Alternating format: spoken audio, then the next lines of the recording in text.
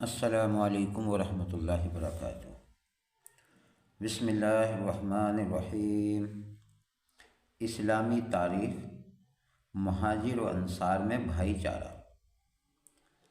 مکے کے مسلمان جب کفار و مشرکین کی تکلیفوں سے پریشان ہو کر صرف اللہ اور اس کے رسول اور دین اسلام کی حفاظت کے لیے اپنا مال و دولت، ساز و سامان اور اپنا محبوب وطن چھوڑ کر مدینہ منورہ ہجرت کر گئے، اس موقع پر نبی کریم صلی اللہ علیہ وسلم نے ان مسلمانوں کی دلجوئی کے لیے آپس میں بھائی چارہ قائم فرمایا، اور مہاجرین یعنی وہ صحابہ کرام جو مکہ مکرمہ سے ہجرت کر کے مدینہ چلے گئے، ان میں سے ایک ایک کو انصار یعنی وہ صحابہ کرام جنہوں نے مدینہ منورہ میں مہاجرین کی نصرت اور مدد کی، ان کا بھائی بنا دیا۔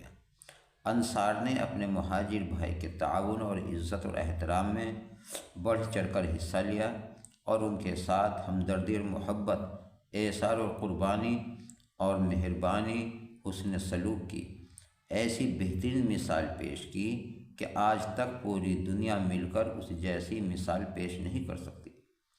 مال و دولت، زمین، باغات، بلکہ ہر چیز میں ان کو شریک کر لیا، مگر مہاجرین نے بھی انصاری بھائیوں کا ہر معاملے میں ساتھ دیا۔ وہ اپنی روزی کا ذرائع خود انتظام کرنے کے لیے تجارت وغیرہ کا پیشہ بھی اختیار کیا۔ بہرحال یہ رشتہ مؤاخات اسلامی تاریخ میں اتحاد و اتفاق اور قومی ایک جہتی کی ایک ایسی مثال تھی جس نے نسل و رنگ، وطن و ملک، تہذیب و تمدن کے سارے امتیاز کو عملی طور پر ختم کر ڈالا۔ اللہ کی قدرت۔ پرندوں کی پرورش۔ چمگادڑ کے علاوہ تمام پرندے انڈے دیتے ہیں۔ وہ ان پر بیٹھ کر حرارت یعنی گرمی پہنچاتے ہیں، پھر کچھ دنوں کے بعد ان انڈوں سے بچے نکل آتے ہیں۔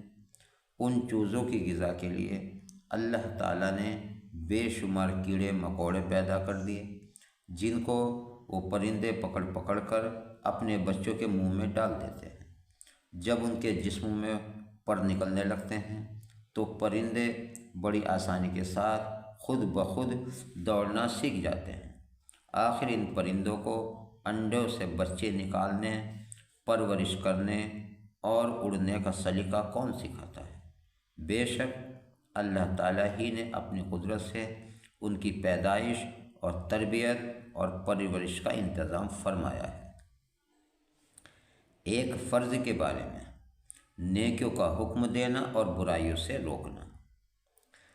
نبی کریم صلی اللہ علیہ وسلم نے فرمایا، قسم ہے اس ذات کی جس کے قبضے میں میری جان ہے، تم ضرور ضرور بھلائیوں کا حکم کرو اور برائیوں سے روکو، ورنہ قریب ہے اللہ تعالیٰ گنہگاروں کے ساتھ تم سب پر اپنا عذاب بھیج دیں۔ اس وقت تم اللہ تعالیٰ سے دعا مانگو گے تو قبول نہ ہوگی۔ فائدہ: نیکیوں کا حکم دینا اور برائیوں سے روکنا امت کے ہر فرد پر اپنی حیثیت اور طاقت کے مطابق لازم اور ضروری ہے۔ ایک سنت کے بارے میں رکوع میں ہاتھوں کو گھٹنوں پر رکھنا۔ نبی کریم صلی اللہ علیہ وسلم رکوع فرماتے تو اپنے ہاتھوں کو گھٹنوں پر رکھتے، ایسا لگتا تھا جیسے ان کو پکڑ رکھا ہو، اور دونوں ہاتھوں کو تھوڑا موڑ کر پہلوؤں سے الگ رکھتے تھے۔ ایک اہم عمل کی فضیلت۔ عورت کے لیے چند اعمال۔ نبی کریم صلی اللہ علیہ وسلم نے فرمایا، جب عورت 5 وقت کی نماز پڑھتی رہے اور اپنی عزت کی حفاظت بھی کرتی رہے اور اپنے شوہر کی فرما برداری کرتی رہے تو وہ عورت جنت کے جس دروازے سے چاہے داخل ہو جائے۔ ایک گناہ کے بارے میں انصاف نہ کرنے کا وبال۔ نبی کریم صلی اللہ علیہ وسلم نے فرمایا، جو شخص میری امت کی کسی چھوٹی یا بڑی جماعت کا ذمہ دار بنے، پھر ان کے درمیان عدل و انصاف نہ کرے تو اللہ تعالیٰ اس کو اوندھے منہ جہنم میں ڈال دے گا۔ دنیا کے بارے میں، دنیا مومن کے لیے قید خانہ۔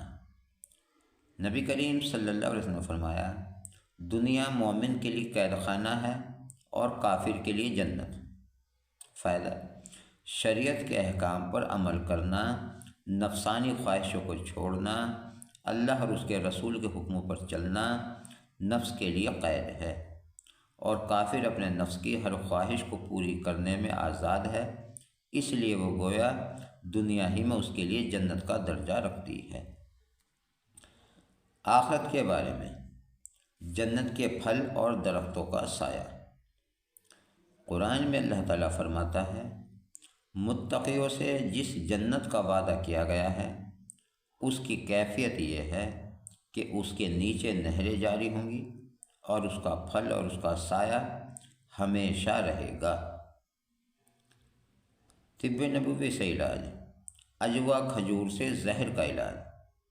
نبی کریم صلی اللہ علیہ وسلم نے فرمایا عجوا جنت کا پھل ہے اور اس میں زہر سے شفا ہے۔ قرآن کی نصیحت۔ قرآن میں اللہ تعالیٰ فرماتا ہے اللہ تعالیٰ عدل و انصاف، اچھا سلوک کرنے، رشتہ داروں کی مالی مدد کرنے کا حکم دیتا ہے، نیز بے حیائی، ناپسندیدہ کاموں، ظلم و زیادتی سے منع کرتا ہے۔ وہ تمہیں ایسی باتوں کو نصیحت کرتا ہے تاکہ تم ان کو یاد رکھو۔ تو محترم حضرات، یہ تھی آج کی ہماری تعلیم۔ آپ ہمیں کمنٹ کر کے ضرور بتائیں آپ کو کیسی لگی، اور بھی اسی طرح کی مزید ویڈیو دیکھنے کے لیے آپ ہمارے چینل کو سبسکرائب کریں اور ہماری لانگ ویڈیو دیکھا کریں اور بیل آئیکن دبا دیں تاکہ اسی طرح کی مزید ویڈیو کی نوٹیفیکیشن آپ تک پہنچ سکے۔ اپنا اور اپنوں کا خیال رکھیں، نماز پڑھتے رہیں اور اللہ تبارک و تعالیٰ سے دعا کرتے رہیں کہ اللہ تبارک و تعالیٰ ہم سب کو پنجگانہ نماز پڑھنے کی توفیق عطا فرمائے۔ آمین ثم آمین۔ جزاک اللہ۔